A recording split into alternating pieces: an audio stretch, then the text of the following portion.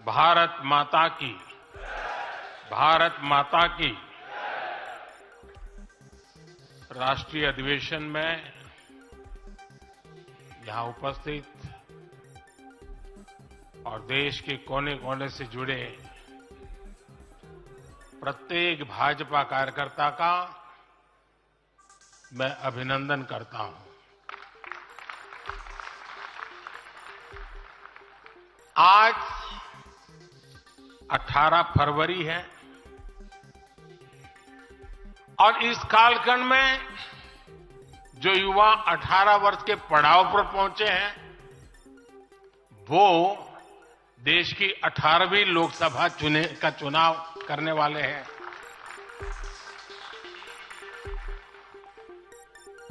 अगले 100 दिन हम सबको जुट जाना है,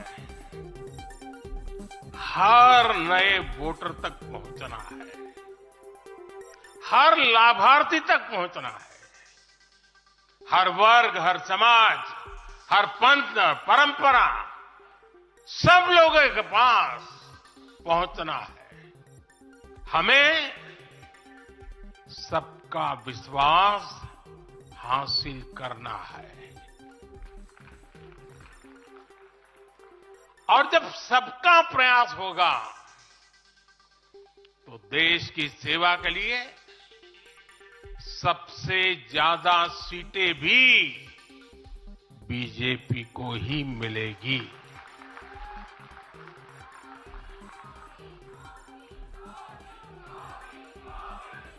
और आज कल मुझे पदाधिकारियों के साथ बैठने का अवसर मिला। कल दोपहर के से आप सबके साथ बैठने का अवसर मिला। मैं नड्डा जी को और उनकी पूरी टीम को और आप सबको बधाई देता हूं। जब मैं पदाधिकारियों की बैठक में साल भर के काम का रिपोर्टिंग सुन रहा था, मैं सचमुच में इतना प्रभावित हुआ कि भाजपा के कार्यकर्ता सत्ता में रहने के बावजूद भी समाज के लिए इतना करते हैं, दिन रात दौड़ते हैं, संकटों के बीच भी करते हैं और सिर्फ भारत मां की जय के लिए करते हैं। ये 2 दिन भी जो चर्चा हुआ, विचार विमर्श हुआ है, देश के उज्जवल भविष्य के लिए हमारे संकल्प को दृढ़ करने वाली हर बातें हुई है। मैं इस भव्य आयोजन के लिए,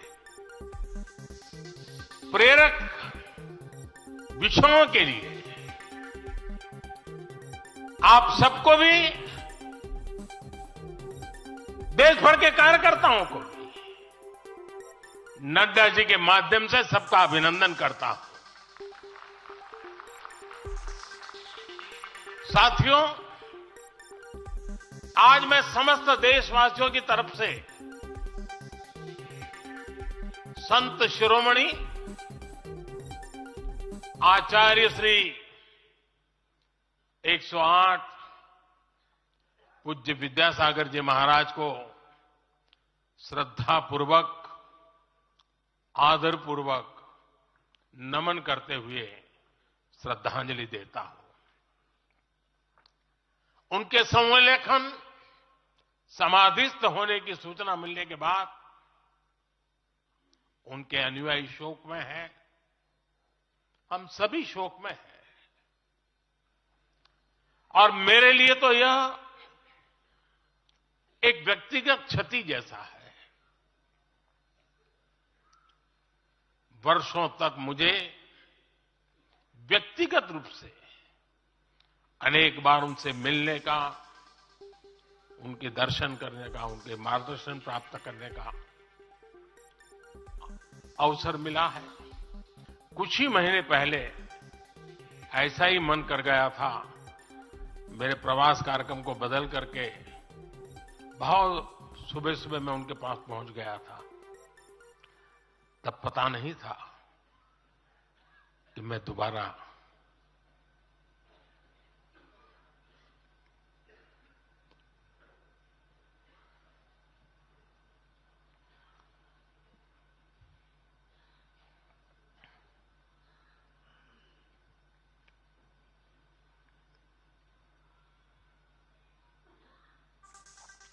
उनके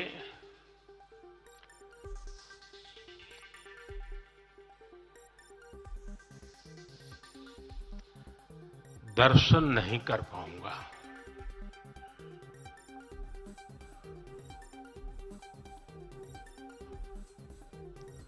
ये मेरा सौभाग्य रहा है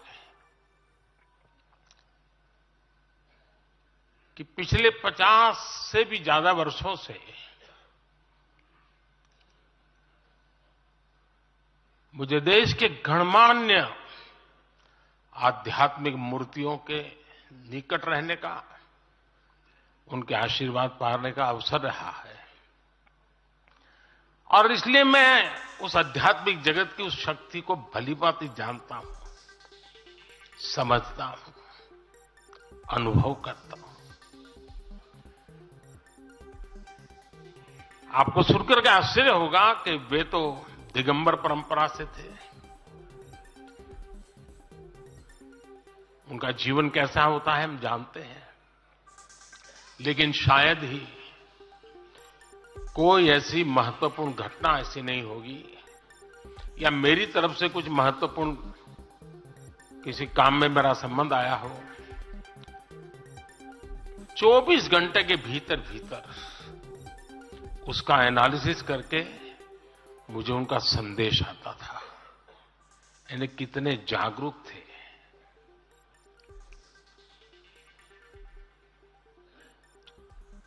और अपनी विराट आध्यात्मिक यात्रा और उसके बाद भी वो हम सबको हमेशा प्रेरणा देते रहे हैं। जीवन भर उतनी सौम्यता के साथ उनका लोगों को मिलना। उन्होंने हमारे युवाओं को परंपराओं से जोड़ा, गरीबों तक शिक्षा और स्वास्थ्य की सुविधाएं पहुंचाई। उनका पूरा जीवन उस व्यक्ति के लिए प्रेरणा जैसा है जिसने गरीबों और वंचितों के लिए काम करने का संकल्प लिया है। आज जब भारत प्रगति के पथ पर आगे बढ़ रहा है, मुझे विश्वास है कि उनके सिद्धांत और उनका आशीर्वाद ऐसे ही भारत भूमि को प्रेरणा देता रहेंगे। साथियों, पिछले 10 वर्षों में भारत ने जो गति हासिल की है, बड़े लक्ष्यों को प्राप्त करने का जो हौसला पाया है, यह अभूतपूर्व है साथियों। और इसलिए नहीं कि मैं कह रहा हूं, दुनिया गाजे बाजे के साथ बोल रही है। भारत ने आज हर क्षेत्र में जो ऊंचाई हासिल की है, उसने हर देशवासी को एक बड़े संकल्प के साथ जोड़ दिया है। और ये संकल्प है विकसित भारत का। अब देश न छोटे सपने देख सकता है और देश न अब छोटे संकल्प ले सकता है। सपने भी विराट होंगे, संकल्प भी विराट होंगे। और ये हमारा सपना भी है, हम सबका संकल्प भी है कि हमें भारत को विकसित बनाना है। और इसमें अगले 5 वर्षों की बहुत बड़ी भूमिका होने जा रही है। अगले 5 साल में भारत को पहले से भी कई गुना तेजी से काम करना है। अगले 5 साल में हमें विकसित भारत की तरफ एक लंबी छलांग लगानी है। लेकिन भाई और बहनों, सारे लक्ष्यों की प्राप्ति के लिए पहली शर्त है सरकार में भाजपा की जोरदार वापसी।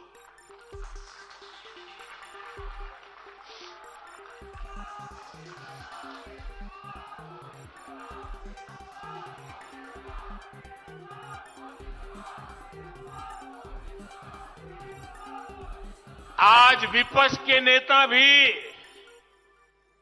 एनडीए सरकार 400 पार के नारे लगा रहे हैं।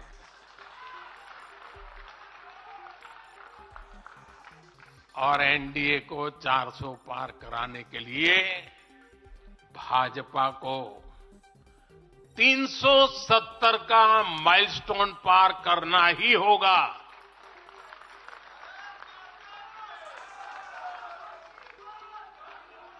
साथियों, कई बार लोग मुझसे कहते हैं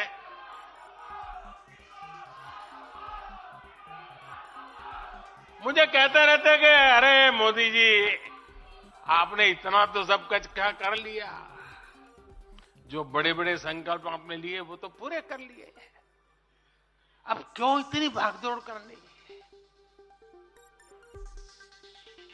साथियों, पूरा देश मानता है 10 साल का बेदाग कार्यकाल और 25 करोड़ लोगों को गरीबी से बाहर निकालना ये सामान्य उपलब्धि नहीं है। पूरा देश मानता है हमने देश को महाघोटालों और आतंकी हमलों के खौफ से मुक्ति दिलाई है। पूरा देश मानता है हमने गरीब और मिडिल क्लास का जीवन बेहतर करने का प्रयास किया है। लेकिन जो लोग सोचते हैं कि बहुत हो गया, ऐसा सोचने वालों को मैं एक पुरानी घटना जरूर बताना चाहूंगा। एक बार एक बहुत बड़े नेता मुझे मिले, मेरे प्रधानमंत्री पद के दूसरे कार्यकाल पे। बोले, मोदी जी, प्रधानमंत्री बनना बहुत बड़ी बात है, आप बन गए। आपने इतने दशकों का संगठन का भी काम कर लिया, मुख्यमंत्री के रूप में भी इतना लंबा समय रह चुके, प्रधानमंत्री में भी दोबारा आ गए। अब इतना काम पा लिया है, अब तो थोड़ा बैठो, आराम करो, बहुत कर लिया। ये उन्होंने मुझे कहा था। उनकी वो भावना राजनीति के पुराने अनुभवों से थी। लेकिन साथियों, हम राजनीति के लिए नहीं, राष्ट्र नीति के लिए निकले हैं। हम तो छत्रपति शिवाजी महाराज को मानने वाले लोग हैं। जब छत्रपति शिवाजी महाराज का राज्याभिषेक हुआ तो उन्होंने ये नहीं किया कि अब तो छत्रपति बन गए, सत्ता मिल गई तो चलो उसका आनंद लो। उन्होंने अपना मिशन जारी रखा। ऐसे ही उनसे प्रेरणा लेकर के मैं अपने सुख वैभव के लिए जीने वाला व्यक्ति नहीं हूं। मैं बीजेपी सरकार का तीसरा टर्म सत्ता भोग के लिए नहीं मांग रहा हूं। मैं राष्ट्र का संकल्प लेकर निकला हुआ व्यक्ति हूं। अगर मैं अपने घर की ही चिंता करता तो आज करोड़ों गरीबों के घर नहीं बना पाता। मैं देश के करोड़ों बच्चों के भविष्य के लिए जीता हूं। जागता हूं, जूझता रहता हूं।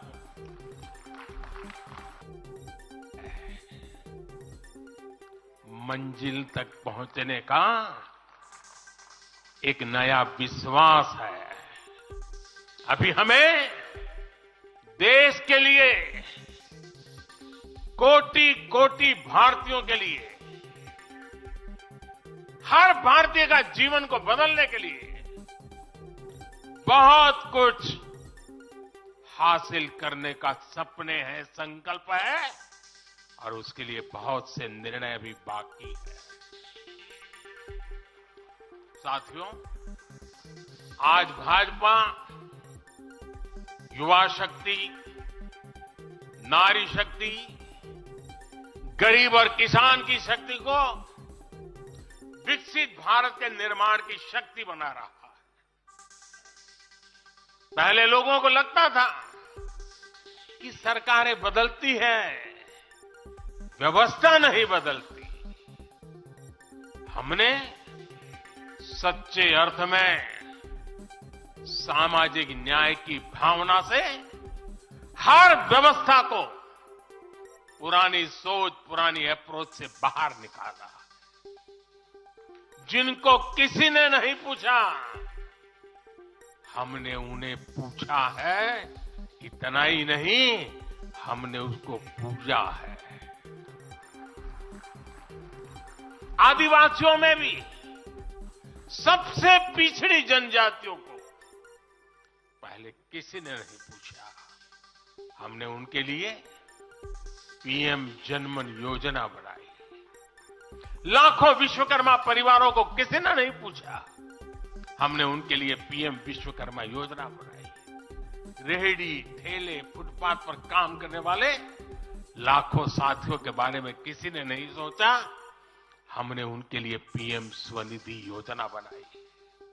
साथियों, पहले की सरकारों ने महिलाओं के हितों की, उनके जीवन में आ रही परेशानियों की भी कभी चिंता नहीं की। हमारे यहां बेटियों को गर्भ में ही मार डालने की कितनी विराट समस्या थी। हमने इसके लिए सामाजिक चेतना, साथ साथ कड़े कानून दोनों का सहारा लिया। पहली बार देश में बेटी बचाओ बेटी पढ़ाओ जैसा एक जन आंदोलन चला, जिसका एक बहुत ही सार्थक प्रभाव हुआ। हमने बालिकाओं के, महिलाओं के पोषण पर विशेष बल दिया। हमने पोषण अभियान चलाया ताकि गर्भवती महिलाओं को उचित मदद मिल सके। स्वस्थ महिला ही स्वस्थ संतान को जन्म दे सकती है। गर्भ के समय महिलाओं को उचित पोषण मिले, इसके लिए मातृ वंदना योजना के तहत 3.25 करोड़ से अधिक बहनों को सीधी मदद दी। हमने सुरक्षित मातृत्व अभियान के तहत लगभग 5 करोड़ गर्भवती महिलाओं को हेल्थ चेकअप किया। प्रयास यही था कि माता और शिशु दोनों के जीवन पर पहले जो खतरे रहते थे उन्हें कम किया जा सके। 2014 से पहले महिला सुरक्षा को लेकर कितनी चिंताएं होती थी। हर कोई चिंतित रहता था। हमने रेप, बलात्कार ऐसे अपराधों को, संगीन अपराधों में फांसी की सजा सुनिश्चित की। ऐसे मामलों का तेजी से निपटारा हो, इसके लिए भी विशेष व्यवस्थाएं बनाई। साथियों, मैं देश का पहला प्रधानमंत्री हूं जिसने शौचालय जैसे विषय को लाल किले से उठाया। मैं देश का पहला प्रधानमंत्री हूं जिसने महिलाओं के खिलाफ अपशब्दों पर लाल किले से नाराजगी व्यक्त की थी। नारी गरिमा, नारी सम्मान हमारे लिए सर्वोपरि है। मुझे गर्व है कि पिछले 10 वर्षों में भाजपा सरकार ने महिलाओं का जीवन आसान बनाने के लिए अनेक कदम उठाए हैं। हमने 10 करोड़ उज्ज्वला गैस कनेक्शन दिया। हमने 4 करोड़ घर बनवाए, जिनमें 3 करोड़ से ज्यादा घर महिलाओं के नाम रजिस्टर हुए। हमने महिलाओं के नाम 3 करोड़ से ज्यादा घर रजिस्टर करवाकर उनको घर की मालकिन बनाया। हमने 10 करोड़ परिवारों की बहनों को पहली बार नल से जल दिया। हमने 12 करोड़ परिवारों की बहनों को टॉयलेट दिया। और टॉयलेट वो 4 दीवारी नहीं है, इज्जत घर है। हमने 1 रुपए में सुविधा सैनिटरी पैड्स की योजना शुरू की। हमने 25 करोड़ से ज्यादा महिलाओं के बैंक अकाउंट खोले। हमने 30 करोड़ से अधिक मुद्रा लोन महिला लाभार्थियों को दिए। साथियों, बहनों को आर्थिक रूप से सशक्त करने के लिए, बेटियों को नौकरी करने में आसानी हो, इसके लिए हमने अनेक कदम उठाए। हमने सेल्फ हेल्प ग्रुप से 10 करोड़ बहनों को जोड़ा। हमने 1 करोड़ बहनों को लखपति दीदी बनाया। खादी को जो फिर से नया जीवन मिला है, उसका फायदा भी सबसे अधिक गांव की बहनों को ही हुआ। हमने प्रेगनेंसी लीव को बढ़ाकर 26 हफ्ते किया। पहले फैक्ट्रियों में या दूसरी जगहों पर महिलाओं को नाइट शिफ्ट पर काम करने के लिए अनेक अड़चने थी। हमने श्रम कानूनों में सुधार करके उनको भी दूर किया। हमने पैरामिलिट्री फोर्सेस में महिलाओं की भर्ती 2 गुने से अधिक की। हमने सेनाओं के अग्रणी मोर्चों में महिलाओं की तैनाती को सुनिश्चित किया। हमने सैनिक स्कूलों और मिलिट्री एकेडमी के दरवाजे बेटियों के लिए खोल दिए। साथियों, इस बार 26 जनवरी को कर्तव्य पथ भारत की नारी शक्ति से पूरे देश को प्रेरणा दे रहा था। साथियों, आने वाले समय में हमारी माताओं, बहनों, बेटियों के लिए अवसर ही अवसर आने वाले हैं। मिशन शक्ति से देश में नारी शक्ति की सुरक्षा और सशक्तिकरण का संपूर्ण इकोसिस्टम बनेगा। अब 15,000 महिला सेल्फ हेल्प ग्रुप को ड्रोन मिलेंगे। ड्रोन दीदी खेती में वैज्ञानिकता और आधुनिकता लाएगी। अब देश में 3 करोड़ महिलाएं लखपति दीदी बनाई जाएगी। पीएम विश्वकर्मा योजना से परंपरागत कला और शिल्प से जुड़ी बहनें सशक्त होगी। नई नेशनल एजुकेशन पॉलिसी से बेटियों को शिक्षा और स्किल के मामले में सबसे अधिक फायदा होगा। गांव के पास ही बेहतर स्पोर्ट्स इंफ्रास्ट्रक्चर बने, बेटियां हमारी स्पोर्ट्स में कमाल करेगी। साथियों, आज जब मैं बीते 10 वर्षों की तरफ नजर डालता हूं, तो कितना ही कुछ याद आता है। ये 10 वर्ष साहसिक फैसलों, दूरगामी निर्णयों के नाम है। जो काम सदियों से लटके थे, हमने उनका समाधान करने का साहस करके दिखाया है। अयोध्या में भव्य राम मंदिर का निर्माण करके हमने 5 सदियों का इंतजार खत्म किया है।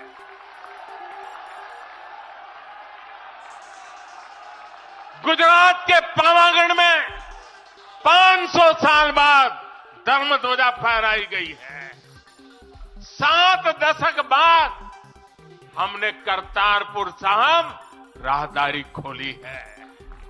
7 दशक के इंतजार बाद देश को आर्टिकल 370 से मुक्ति मिली है। लगभग 6 दशक बाद राजपथ कर्तव्य पथ के नए स्वरूप में सामने आया है। 4 दशक बाद आखिरकार 1 रैंक 1 पेंशन की मांग पूरी हुई है। 3 दशक बाद आखिरकार देश को नई राष्ट्रीय शिक्षा नीति मिली है। 3 दशक बाद आखिरकार लोकसभा और विधानसभा में महिलाओं को आरक्षण मिला है। 3 तलाक की बुराई के लिए विरुद्ध कड़ा कानून बनाने का साहस भी हमने दिखाया है। दशकों से नए संसद भवन की जरूरत महसूस हो रही थी, उसे हमने ही पूरा किया। ये प्रत्येक भाजपा कार्यकर्ता का सौभाग्य है, वैसी अनेक सिद्धियों का निमित्त बन सके। साथियों, कोई भी देश हो, वो अपना भविष्य तभी संवार सकता है जब वह अपने इतिहास को सहज कर रखता है।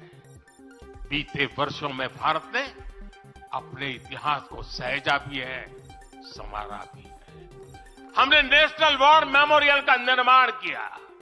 हमने राष्ट्रीय पुलिस स्मारक बनाई। हमने अंडमान में नेताजी सुभाष और परमवीर चक्र विजेताओं के नाम पर द्वीपों का नामकरण किया।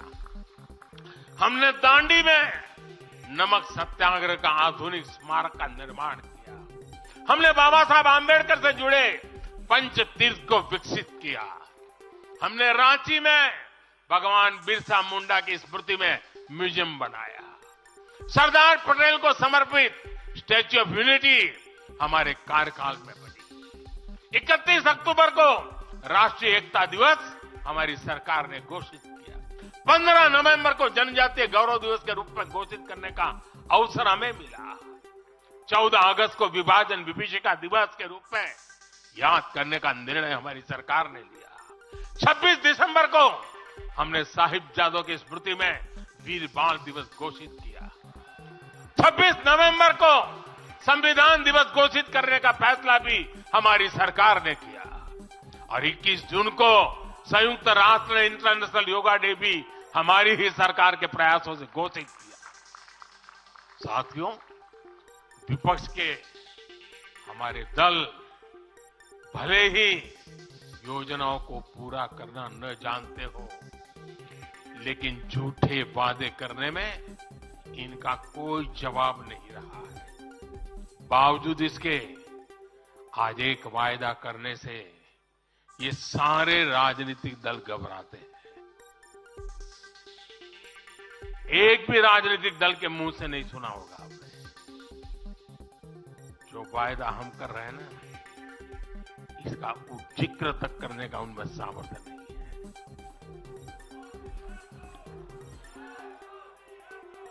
और हमारा वायदा है विकसित भारत का।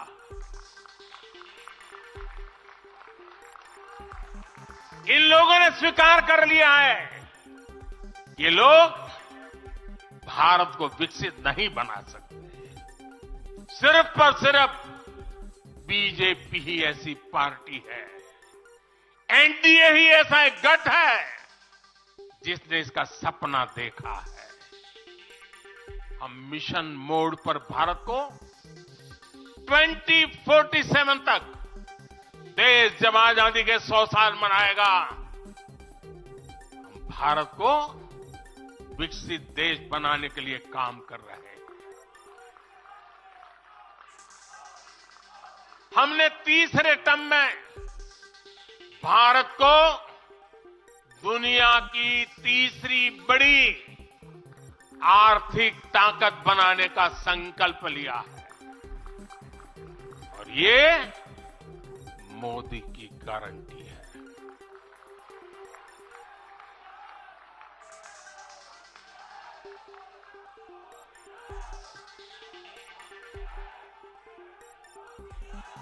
और जब मैं भारत को तीसरी आर्थिक ताकत बनाने की बात करता हूं, तो उसका मतलब भी बहुत गहरा है। इसका मतलब है भारत के आर्थिक, सामरिक और सांस्कृतिक सामर्थ्य का कई गुना विस्तार, चहुं दिशा में विस्तार। साथियों, हम इसके लिए कितनी तेजी से काम कर रहे हैं, इसका हिसाब लगाना भी जरूरी है। भारत को, यह आंकड़ा याद रखिए, भारत को $1 ट्रिलियन की अर्थव्यवस्था बनने में लगभग 60 साल लगे थे। 60 साल। 2014 में जब देश ने हमें अवसर दिया तो 2 ट्रिलियन मार्क भी बहुत बड़ा लग रहा था, लेकिन 10 वर्षों में हमने अपनी अर्थव्यवस्था में $2 ट्रिलियन और जोड़ दिया। एक के लिए 60 साल, 10 साल में 2 और जोड़ दिया। जब भारत दुनिया की 11वें नंबर की अर्थव्यवस्था था और 11 से 10 पर आने में दम उखड़ गया उनका, हम 11 से 5 पर ले आए। अर्थव्यवस्था जब 11 नंबर पर थी, तब इंफ्रास्ट्रक्चर का बजट सिर्फ 2 लाख करोड़ रुपए भी नहीं बन पाता था। आज भारत 5वें नंबर की अर्थव्यवस्था है, तो भारत का इंफ्रा बजट 11 लाख करोड़ को पार कर चुका है। इसी वजह से आज गरीबों को 1 करोड़ों घर बन रहे हैं। आज गरीबों के घर तक पानी पहुंच रहा है। आज देश में रिकॉर्ड मेडिकल कॉलेज, अस्पताल, यूनिवर्सिटीज बन रहे हैं। गांव तक की सड़कें बन रही हैं। जब भारत दुनिया की टॉप 3 अर्थव्यवस्थाओं में आएगा, तो आप कल्पना कर सकते हैं कि विकास कार्यों के लिए हमारे पास कितनी ज्यादा पूंजी होगी। इसलिए भारत के टॉप 3 इकोनॉमी में आने का मतलब है भारत के हर परिवार का जीवन स्तर सुधरेगा। भारत के हर परिवार की आय बहुत अधिक बढ़ जाएगी। भारत का पब्लिक ट्रांसपोर्ट और आधुनिक बनेगा। भारत में रोजगार के लिए नए सेक्टर खुलेंगे, रोजगार के और ज्यादा मौके मिलेंगे। भारत के युवाओं को भारत में ही फंडिंग के ज्यादा से ज्यादा अवसर आएंगे। भारत की महिलाओं को हर मोर्चे पर आगे बढ़कर नेतृत्व करने का मौका मिलेगा। हमारे किसान लेटेस्ट टेक्नोलॉजी से जुड़कर काम करेंगे। कृषि उत्पाद में वैल्यू एडिशन करेंगे। लोगों की जीवन बेहतर बनाने के लिए देश में पर्याप्त संसाधन और आवश्यक व्यवस्थाएं मौजूद होगी। साथियों, मुझे खुशी है कि आज विकसित भारत अभियान की बागडोर भी भारत के युवाओं ने संभाली है। पिछले 1.5 साल में विकसित भारत के संकल्प से जुड़े सुझावों के लिए, और लोगों को ऐसा लगता होगा कि हम बात पता, ऐसा नहीं है। इस पर हम 1.5 साल से चुपचाप काम कर रहे हैं। सरकार की मशीनरी को लगाया है, और आपको जानकर के खुशी होगी, अब तक 15 लाख लोगों से ज्यादा लोगों ने विकसित भारत कैसा हो, रोडमैप कैसा हो, इनिशिएटिव कैसे हो, नीतियां कैसी हो, इसमें विचार विमर्श हुआ है। लोगों ने अपने आइडियाज दिए हैं, और आपको जानकर के और खुशी होगी, इन 15 लाख में से आधे से ज्यादा वो लोग हैं जिनकी उम्र 35 से कम है। पूरी युवा सोच के साथ हम आगे बढ़ रहे हैं। इन लाखों युवाओं ने विकसित भारत का रोडमैप सुझाया है। साथियों, युवा ऊर्जा से भरा हुआ भारत आज अपने लिए बड़े लक्ष्य तय कर रहा है, और जो लक्ष्य तय करता है अपनी आंखों के सामने उसे प्राप्त भी करता है। हम 2029 में 2029 में भारत में यूथ ओलंपिक के लिए तैयारी कर रहे हैं। हम 2036 में भारत ओलंपिक खेलों की मेजबानी करे, इसके लिए काम कर रहे हैं। हम 2030 तक हमारी रेलवे को नेट जीरो टारगेट पर लाकर के कार्बन मुक्त करने की दिशा में काम कर रहे हैं। हम 2030 के बजाय अपनी टारगेट डेट से 5 साल पहले ही पेट्रोल में 20% इथेनॉल ब्लेंडिंग का लक्ष्य भी हासिल कर लेंगे। भारत 2070 तक नेट जीरो के लक्ष्य को हासिल करने के लिए भी नीतियां बना रहा है। इसका अर्थ है कि आने वाले समय में हमारे देश में अनगिनत ग्रीन जॉब्स बनेगी। साथियों, विकसित भारत वो नहीं होगा जिसका भविष्य भाग्य के भरोसे हो।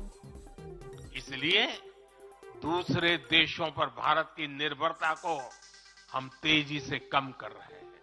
इसलिए हम देश के लिए बड़े लक्ष्य बना रहे हैं और उनके लिए योजनाबद्ध तरीके से काम भी कर रहे हैं। भविष्य में हम एक ऐसा भारत देखेंगे जिसे लाखों करोड़ रुपए का खाद्य तेल बाहर से लाने की जरूरत नहीं होगी। हमारे पाम ऑयल मिशन की मदद से हमारे किसान इतने सशक्त हो जाएंगे कि वो देश के पैसों की बचत कर सकेंगे। बीते कुछ वर्षों में दलहन, तिलहन और श्री अन्न के लिए विशेष नीतियां बनाई है जिससे छोटे छोटे किसानों को मदद हो रही है। भविष्य में भी हमारे किसानों को इनसे और लाभ मिलेगा। किसानों के भविष्य को सुरक्षित करने के लिए हमने देश के कोने कोने में अमृत सरोवर अभियान भी शुरू किया।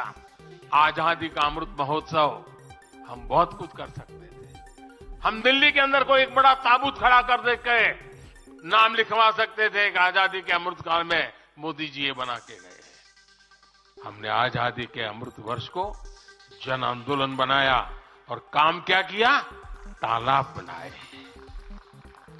हर गांव में जब तालाब बनते हैं ना, वो किसान को सुरक्षित करते हैं, शुद्ध पानी की गारंटी देते हैं, जमीन उर्वरक बना देते हैं।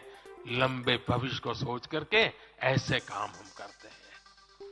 और इस अभियान के तहत देश में अब तक 60,000 से ज्यादा नए सरोवर बनाए जा चुके हैं। 60,000 तालाब, शायद ही किसी सरकार के नसीब में इतना बड़ा काम करने का सौभाग्य आया होगा। ये सरोवर जल सुरक्षा सुनिश्चित करने में किसानों की मदद करेंगे। आज ग्रीन हाइड्रोजन से जुड़े अभियान और सोलर रूफटॉप मिशन के कारण देश रिन्यूएबल एनर्जी के क्षेत्र में भी तेजी से आगे बढ़ रहा है। बहुत जल्द भारत दुनिया का सेमीकंडक्टर हब बनेगा और इससे पूरी दुनिया में नई कंप्यूटिंग रिवॉल्यूशन को भी भारत गति देने का निमित्त बनने वाला है। पोर्ट लेड ग्रोथ से पब्लिक ट्रांसपोर्ट तक आने वाले समय में हर क्षेत्र को नई ऊंचाई मिल सकेगी। साथियों, भाजपा आज देश का एकमात्र दल है जो एक भारत श्रेष्ठ भारत की भावना के प्रति इतना आग्रही भी है और इतना समर्पित भी है। मैं पिछले महीने के अपने अनुभवों को भी कभी भूल नहीं सकता। इस दौरान मुझे भगवान श्री राम से जुड़े कई स्थानों में भ्रमण करने का अवसर मिला। मेरा 11 दिन का अनुष्ठान चल रहा था। उस अनुष्ठान के दरमियान मैं नासिक, लिपाक्षी, त्रिप्रयार, श्रीरंगम, रामेश्वरम, धनुषकोडी, मैं इन जगहों पर एक सामान्य साधक के तौर पर गया था। इस दौरान मुझे दक्षिण भारत के विभिन्न क्षेत्रों में लोगों से जो स्नेह मिला, आशीर्वाद मिले,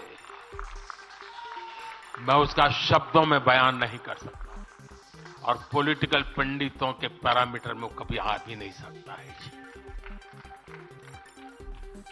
जब मैं सड़कों से गुजर रहा था, लोग अपने वचन से, अपने भावों से मुझ पर अपना आशीर्वाद बरसा रहे थे। इस दौरान मुझे कंब रामायण का पाठ सुनने का अवसर मिला। ये ठीक उसी जगह पर हुआ जहां महान कवि कंबन ने 800 वर्ष पहले अपने रामायण की रचना की थी। आप कल्पना कर सकते हैं उसी स्थान पर बैठ करके जो मैं कंब रामायण सुन रहा था, उस भाव विश्व को मैं ही अनुभव कर सकता। एक ऐसा अद्भुत क्षण था जिसमें एक भारत श्रेष्ठ भारत की भावना पूरी तरह समाहित थी। मुझे विश्वास है कि आप सभी ने भी कम अधिक मात्रा में इसे महसूस किया होगा। हम हमेशा विभिन्न तरीके से देशवासियों को करीब लाने का निरंतर प्रयास करते हैं। एकता के सूत्र में बांधने के लिए हमारी कोशिश रहती है। चाहे संयुक्त राष्ट्र में पहली बार जाकर के कोई तमिल में बोलता है, जगत गुरु बसवेश्वरा का संदेश दूर दूर तक पहुंचाने के लिए हम लेके जाते हैं। काशी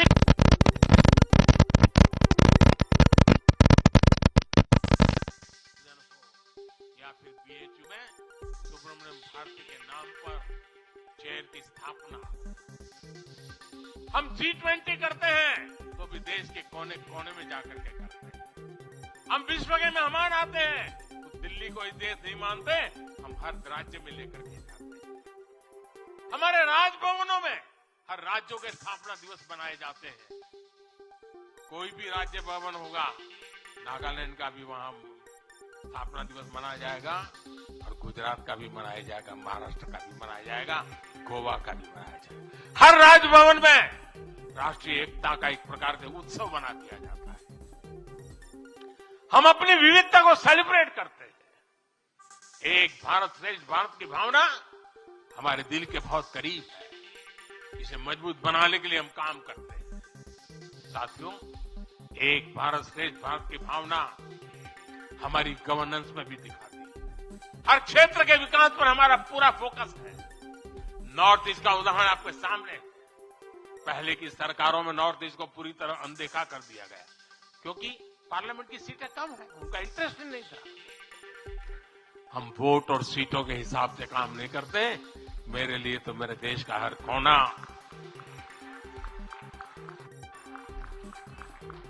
समृद्ध हो, विकसित हो, ये हमारा भाव है। आज चाहे सियाचिन हो या फिर देश के आकांक्षी जिले हो, कोई हमसे दूर नहीं है। वो गांव जिन्हें पहले आखिरी गांव कहा जाता था, हमारे लिए देश के वो पहले गांव बन गए।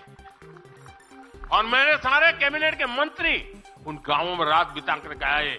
कुछ मंत्रियों को तो -15 डिग्री में रात को रुकना पड़ा वहां, क्योंकि हम आत्मसात करना चाहते हैं। हमारे लिए देश का हर हिस्सा महत्वपूर्ण है। हर हिस्से पर हमारा फोकस है। साथियों, जो भी राजनीति में दिलचस्पी रखता है और जिसके लिए लोकतांत्रिक मूल्य प्रमुख रहते हैं, वो भी अगर न्यूट्रल है तो पब्लिकली हमारी प्रशंसा करते हैं। न्यूट्रल नहीं है तो खानगी में तो कर ही देते हैं। इसकी एक बड़ी वजह है, हमने समय के साथ खुद को सकारात्मकता के साथ बदलने का प्रयास किया है। हमने अपनी राजनीतिक व्यवस्था को नए और आधुनिक विचारों के लिए खुला रखा। आजादी के बाद वर्षों तक जिन्होंने हमारे देश पर शासन किया, उन्होंने एक व्यवस्था बना दी। उस व्यवस्था में कुछ बड़े परिवारों के लोगों को ही सत्ता के केंद्र में रहे। उनके आसपास रहने वाले लोगों को ही राजनीतिक ताकत मिलती रही। अहम पदों पर परिवार के करीबियों को ही आगे बढ़ाया गया। हमने इस व्यवस्था को भी बदल दिया। हमने नए लोगों को मौका दिया कि वो हमारी व्यवस्था का हिस्सा बने और परिणाम ला करके दिखाएं। इससे व्यवस्था में नयापन आया और इसका लोकतांत्रिक स्वरूप कायम रहा। हमारी कैबिनेट में रिकॉर्ड संख्या में नॉर्थ ईस्ट के मंत्री हैं। नागालैंड से पहली बार एक महिला राज्यसभा में सांसद बन गई। हमें गर्व है कि हमने पहली बार त्रिपुरा के व्यक्ति को काउंसिल ऑफ मिनिस्टर्स के अंदर स्थान दिया है। पहली बार हमारी सरकार में अरुणाचल प्रदेश को कैबिनेट मिनिस्टर मिला। पहली बार गुर्जर मुस्लिम को राज्यसभा के लिए नॉमिनेट किया गया। हमारी सरकार में ही गोवा से कैबिनेट मंत्री बनाया गया। हमें गर्व है कि हम बीजेपी के एक ऐसी संस्कृति का हिस्सा है जो मंत्रालय में रिकॉर्ड ओबीसी प्रतिनिधित्व सुनिश्चित किया जाता है। अमित भाई ने इसका विस्तार से वर्णन किया, इसलिए मैं ज्यादा उसके ऊपर नहीं कहना चाहता। साथियों, हमारी सरकार सबके लिए, सबका साथ, सबका विकास हमारे काम से ही झलकता है। हमें गर्व होता है जब करतारपुर साहिब कॉरिडोर के द्वारा लाखों सिख श्रद्धालुओं की आध्यात्मिक इच्छाएं पूरी होती है।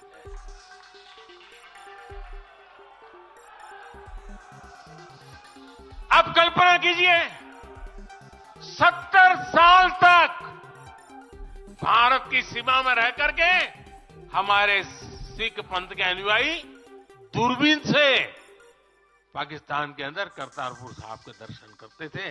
हमने रास्ते खोल दिए। अब स्थिति बदल गई है। हमने लंगर की वस्तुओं से जीएसटी भी हटा दिया। हमने स्वर्ण मंदिर के लिए एफसीआर रजिस्ट्रेशन सुनिश्चित किया, जिससे विदेशियों को सेवा करने का अवसर मिला। पहली बार वीर बाल दिवस मनाकर हमने सत्य और न्याय के लिए बलिदान देने वाले साहसजादों को, शौर्य को सम्मान दिया। आज केरल का बच्चा भी जानता है कि साहबजादे का बलिदान कैसा था। नागालैंड का बच्चा भी जानता है कि साहबजादों ने कितना बड़ा बलिदान दिया था। साथियों, अफगानिस्तान से भी गुरु ग्रंथ साहब के स्वरूपों को पूरे सम्मान के साथ भारत लाए। इसके साथ ही हमारी सरकार ने हज की प्रक्रिया में सुधार करके यात्रा को सुविधाजनक बनाया। आज बिना महरम के हज करना भी संभव हुआ है। इससे महिलाओं के लिए भी हज करना आसान हुआ और हजारों महिलाएं गई। साथियों, 2014 में जब मैंने शपथ ली तो हमारे कई आलोचक कहते थे, मोदी जी, एक राज्य के बारे उनका क्या अनुभव है? इतना बड़ा देश, इतनी बड़ी दुनिया, ये मोदी क्या करेगा, कैसे करेगा? ठीक है, गुजरात चलाया होगा, लेकिन वो सब सोचने देख लें, विदेश नीति को लेकर बड़ी बड़ी बातें कही जाती थी। अभी मैं कुछ दिन पहले ही यूएई और कतर से जाकर के आया हूं। तमाम देशों से हमारे रिश्ते कैसे मजबूत हैं, ये आज दुनिया देख रही है। आज पश्चिमी एशिया के देशों से हमारे संबंध अब तक की सबसे मजबूत स्थिति में है। 2015 में जब मैं यूएई गया था पहली बार, आप हैरान हो जाएंगे, मेरे पहले 34 साल तक देश का प्रधानमंत्री वहां नहीं गया था। सोचिए किस तरह हमने उस पूरे क्षेत्र को छोड़ रखा था। कांग्रेस की सरकारें पूरे वेस्ट एशिया को सिर्फ पाकिस्तान के संदर्भ में देखा करती थी। उन्हें भारतीयों की शक्ति और उनके विश्वास पर भरोसा ही नहीं था। लेकिन आज भारत इस क्षेत्र से संबंधों का नया अध्याय लिख रहा है। पहले लोग सोचते थे कि बस तेल का इंपोर्ट कर लेते हैं और यहां से कुछ लेबर भेज देते हैं ताकि उनको रोजी रोटी मिल जाए। अब ऐसा नहीं है। आज ट्रेड, टेक्नोलॉजी, टूरिज्म, ऐसे अनेक क्षेत्रों में हमारे संबंध बहुत बेहतर हैं और हम निरंतर विकास कर रहे हैं। यहां तक कि अरब के 5 देशों ने मुझे अपना सर्वोच्च सम्मान तक दिया है। ये सम्मान मोदी का नहीं है, 140 करोड़ भारतीयों के सामर्थ्य का सम्मान है। और भाइयों बहनों, विदेश नीति के जो भी जानकार हैं, वो विदेश से मिले हर संकेत भी पकड़ ले रहे होंगे। आज अलग अलग देशों में सत्ता और विपक्ष के दल ये खुलकर मानते हैं कि भारत के सशक्त होने से पूरी दुनिया का हित होने वाला है। ये पूरी दुनिया मानने लगी। आज हर महाद्वीप में भारत का सम्मान, भारत की ताकत बढ़ रही है। हर देश भारत से गहरे संबंध बनाने पर जोर दे रहा है। और इन सब के बीच कोई देश हमारी सरकार से बातचीत के लिए, आप जानकर के हैरान होंगे, अभी तो चुनाव बाकी है, लेकिन मेरे पास जुलाई, अगस्त, सितंबर के डेट पड़े हुए निमंत्रण दे करके। इसका अर्थ क्या है? इसका अर्थ है कि दुनिया के विभिन्न देश भी बीजेपी की सरकार की वापसी को लेकर पूरी तरह आश्वस्त है। वो भी जानते हैं, दुनिया का हर देश जानता है, दुनिया की हर शक्ति जानती है, आएगा तो साथियों, कांग्रेस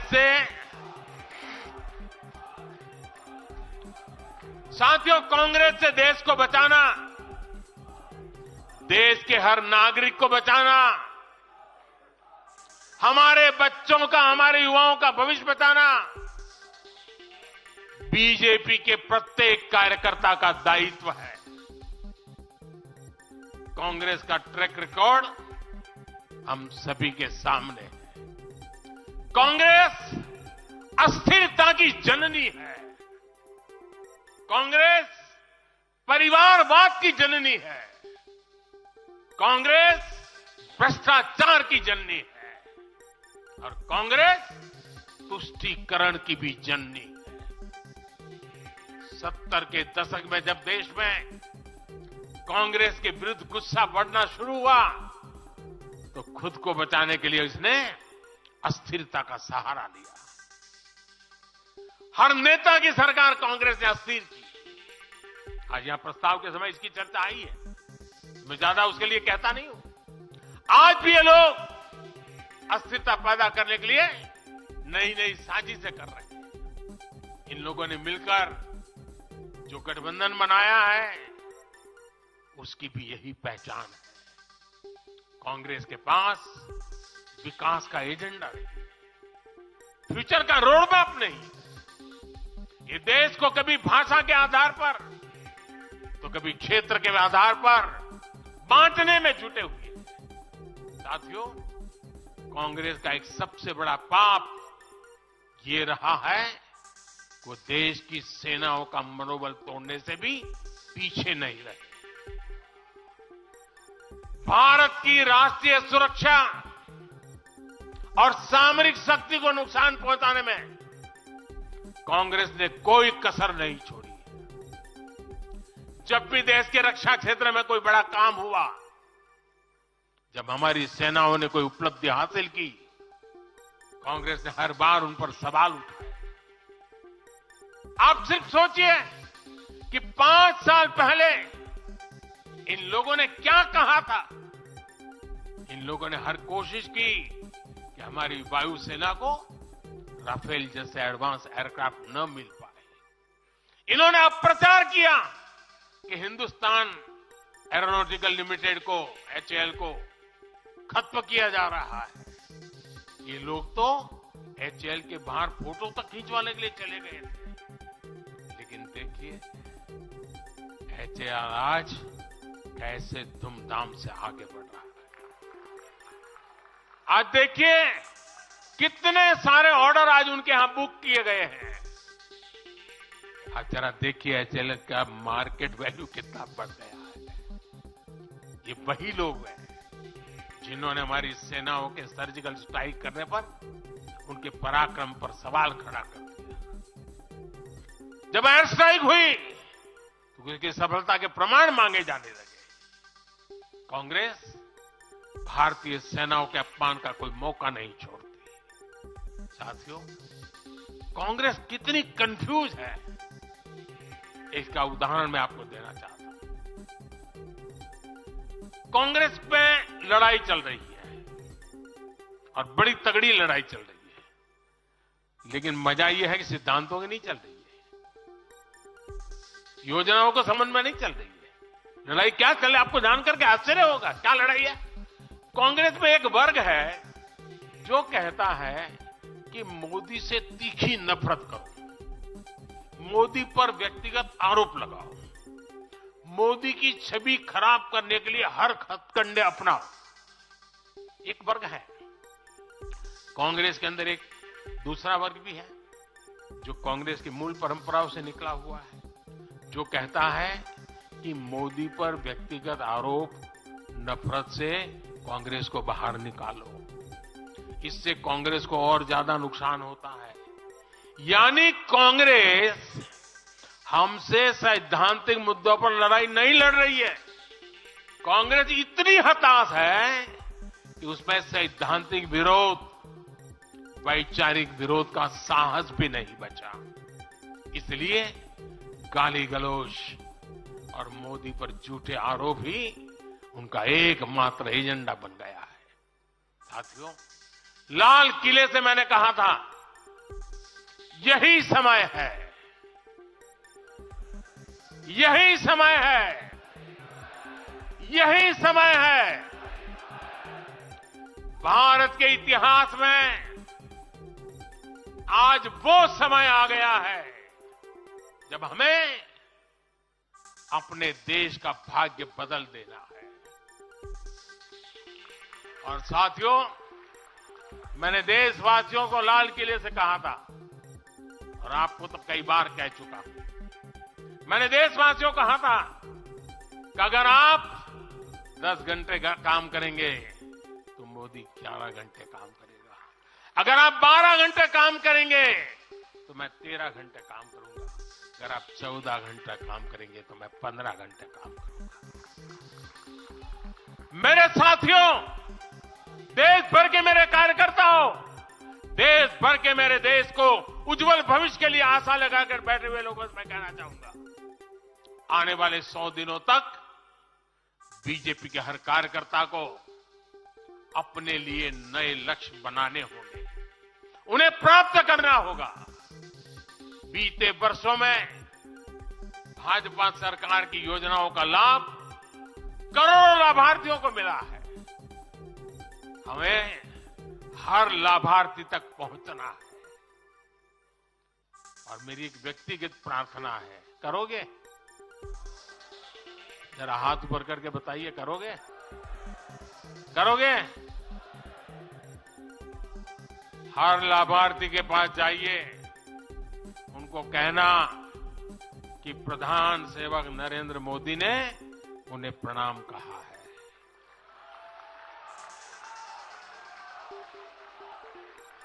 और इसमें आपको नमो ऐप से भी बहुत मदद मिलेगी।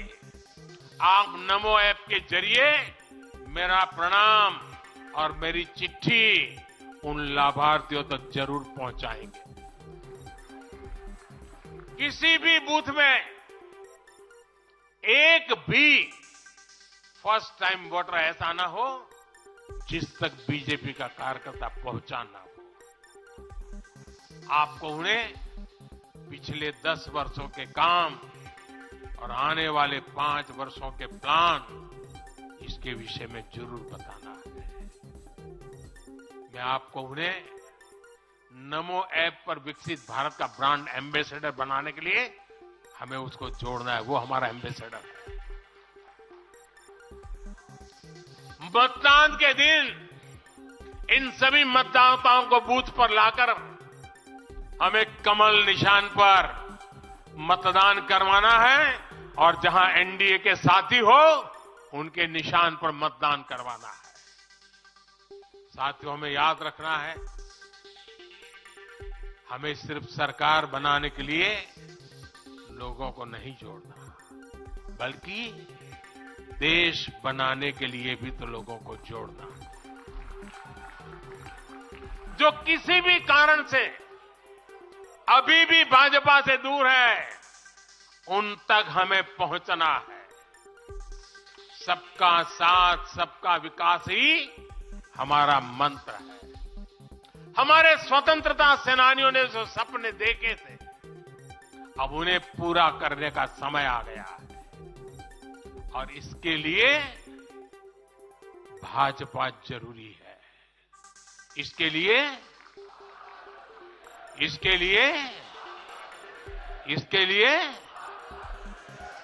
इसके लिए भाजपा सरकार जरूरी है। आज देश की जनता कह रही है, भ्रष्टाचार पर सख्त कार्रवाई होती रहे, इसलिए महंगाई पर लगाम लगी रहे, इसलिए देश के दुश्मनों में डर बना रहे, इसलिए निवेश और नौकरी के अवसर बढ़ते रहे, इसलिए भारत तीसरी बड़ी सबसे आर्थिक ताकत बने, इसके लिए भारत में तेजी से इंफ्रास्ट्रक्चर का निर्माण हो, इसलिए आत्मनिर्भर भारत अभियान सफल हो, इसलिए करोड़ों भारतीयों को मुफ्त राशन मिलता रहे, इसलिए किसानों को सम्मान निधि मिलती रहे, 100% लाभार्थी तक तेजी से लाभ पहुंचे, इसलिए साथियों, आप यहां से एक नए संकल्प के साथ अपने क्षेत्र में जाएं। अब की बार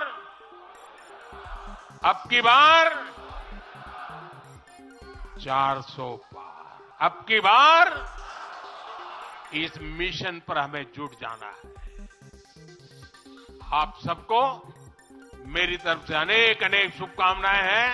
मेरे साथ बोले, भारत माता की, भारत माता की, भारत माता की।